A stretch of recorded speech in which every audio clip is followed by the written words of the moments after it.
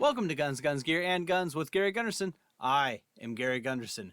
The Trump administration is finally making some pro-Second Amendment moves. First up, they have ended the zero-tolerance policy towards mistakes for federal firearms license holders. The Biden administration put this in place with the aim of curbing the number of gun dealers by showing no mercy for minor paperwork errors. Officially called the Enhanced Regulatory Enforcement Policy, FFL holders will no longer be held to those strict guidelines. The official press release on the ATF website does not indicate if there will be an effort to reinstate licenses that were removed with this previous draconian rule. They are also officially reviewing the stabilizing brace rule, which arbitrarily decided that all braced pistols were, in fact, short-barreled rifles, and is currently not being enforced under an injunction pending litigation.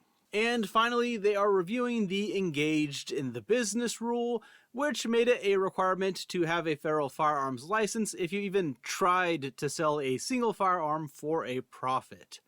This announcement was done with the ATF in conjunction with the Department of Justice, and it's a good sign for future changes. As Attorney General Pam Bondi said, this Department of Justice believes that the Second Amendment is not a second-class right.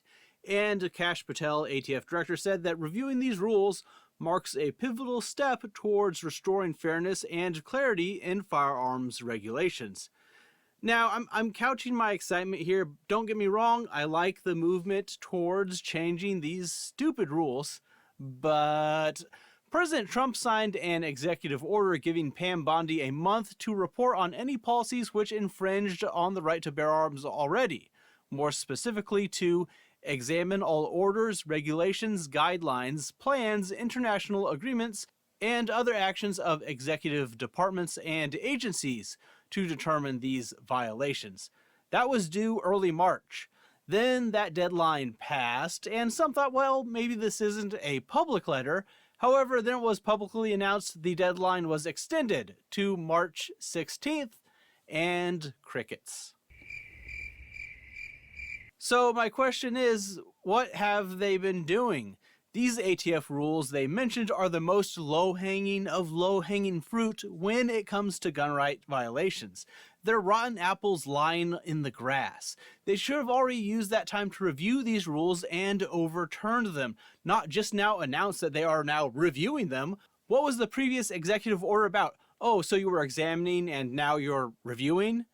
There were lots of gun rights groups who had lists together in less than a day. You couldn't have cribbed those posts a little? So in summation, a good first step that should have been done a month ago, but they're still very far away from the promises of restoring the firearms rights they can with purely executive power.